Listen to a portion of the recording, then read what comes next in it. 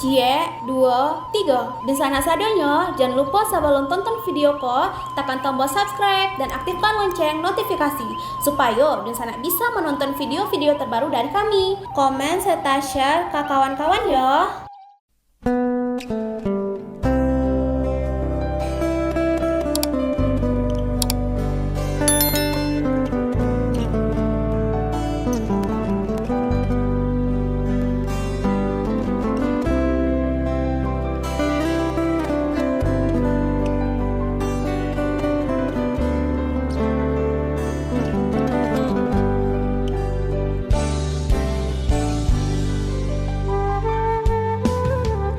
Halo Dunsana Kabar Rantau, kali ini kita akan membahas tentang Taratak Tuo, asal-usul nenek moyang Minangkabau yang penuh misteri. Yuk ditonton videonya sampai selesai, dan sebelum itu jangan lupa untuk subscribe, like, komen, dan aktifkan notifikasi agar Dunsana tidak ketinggalan dengan video-video terbaru kami.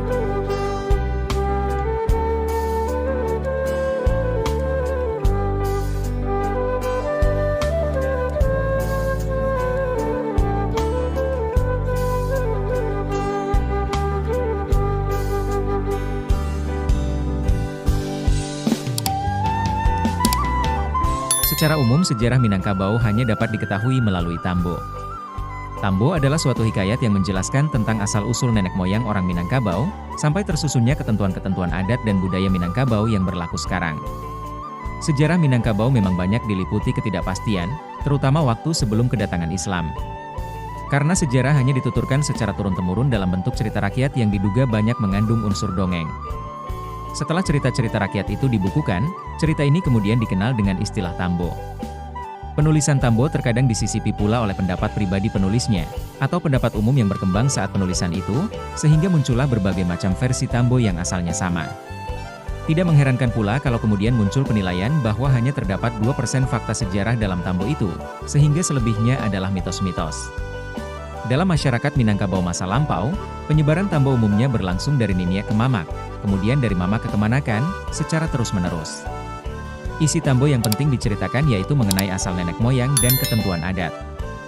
Pertama dilakukan secara lisan melalui kaba, dinyanyikan. Kemudian muncul Tambo berbentuk tulisan dengan huruf Latin dan Arab. Munculnya tulisan-tulisan mengenai Tambo yang relatif seperti asli, ditulis oleh Batwa Sango, 1955, dan DT Nagaribasa, 1966.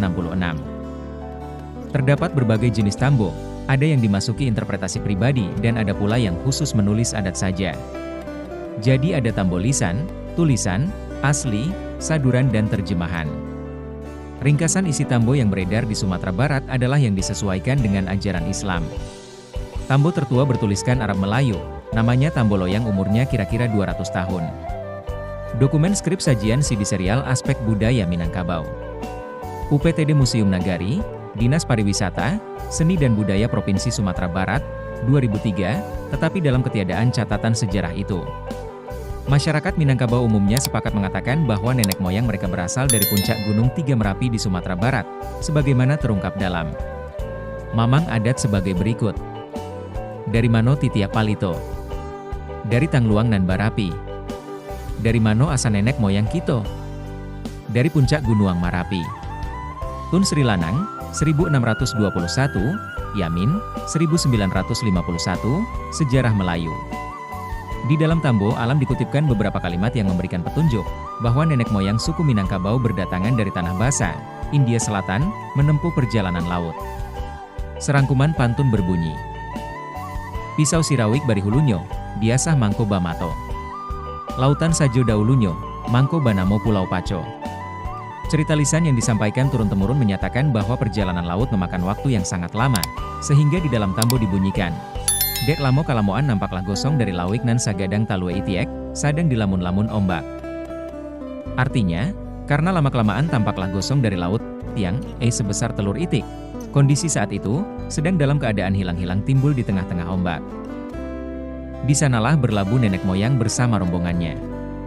Pada umumnya pendapat-pendapat itu tidak bertentangan, karena nenek moyang ras Melayu berdatangan dari daerah Yunan Utara melalui lembah-lembah sungai besar Ketongkin, Annam dan Cochin Cina terus ke Kepulauan Nusantara ini, 2000 tahun sebelum Masehi secara bergelombang. Namun para ahli sejarah nampaknya telah sepakat mengatakan bahwa nenek moyang suku Minangkabau terdiri dari sekelompok manusia yang telah mendiami daerah Selingkar, Bukit Barisan, Gunung Merapi.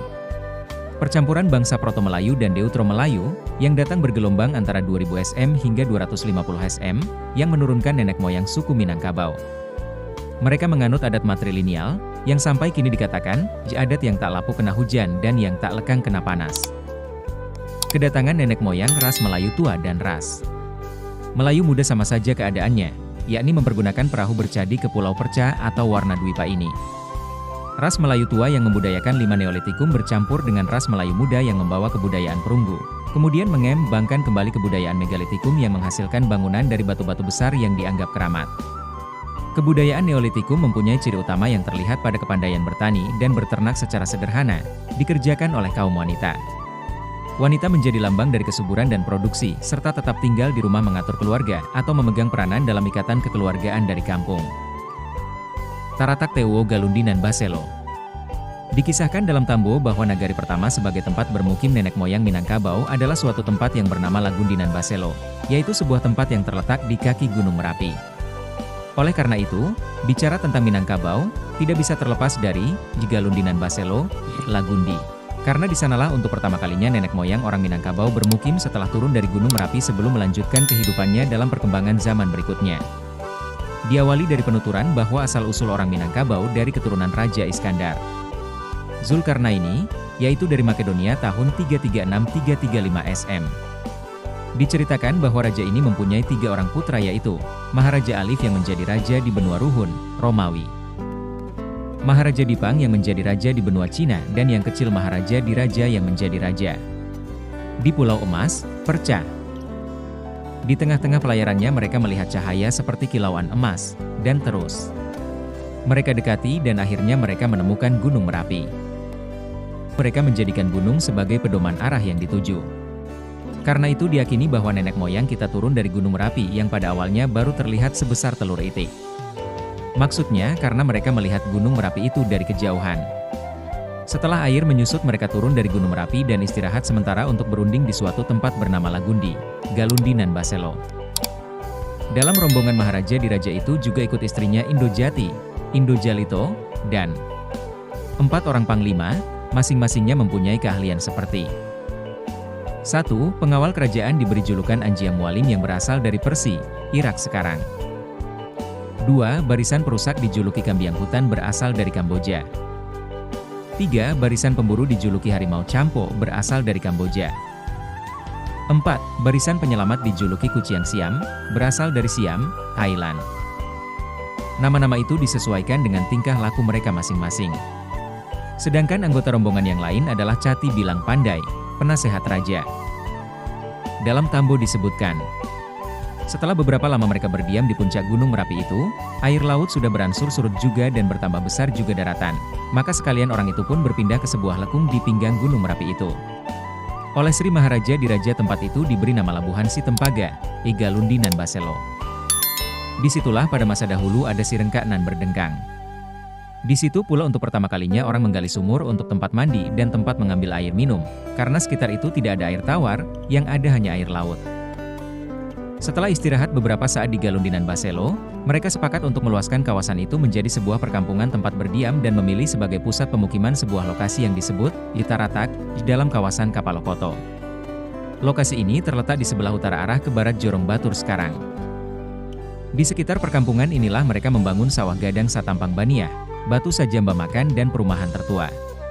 Kini lokasi ini merupakan cagar budaya di bawah binaan Dinas Kebudayaan dan Pariwisata Kabupaten Tanah Datar. Ketika jumlah penduduk makin bertambah, secara beransur-ansur mereka mulai turun ke arah sebelah kiri menyeberangi sebuah sungai yang kemudian dikenal dengan nama Batang Malona. Rombongan ini berhenti dan meneruka sebuah dusun baru yang diberi nama Batur, Baatur.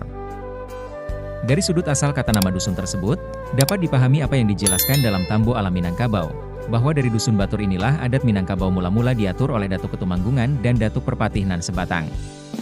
Haji Dato Ektoyah, 1989.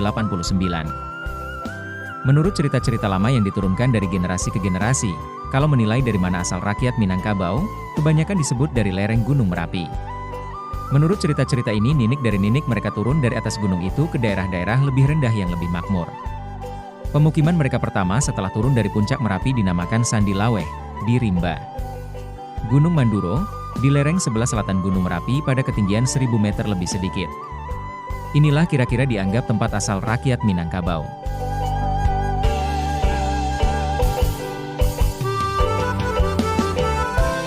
Sekian mungkin sedikit cerita tentang Taratak Tuo, asal-usul nenek moyang Minangkabau yang penuh misteri, sasaran merawat dari kepunahan.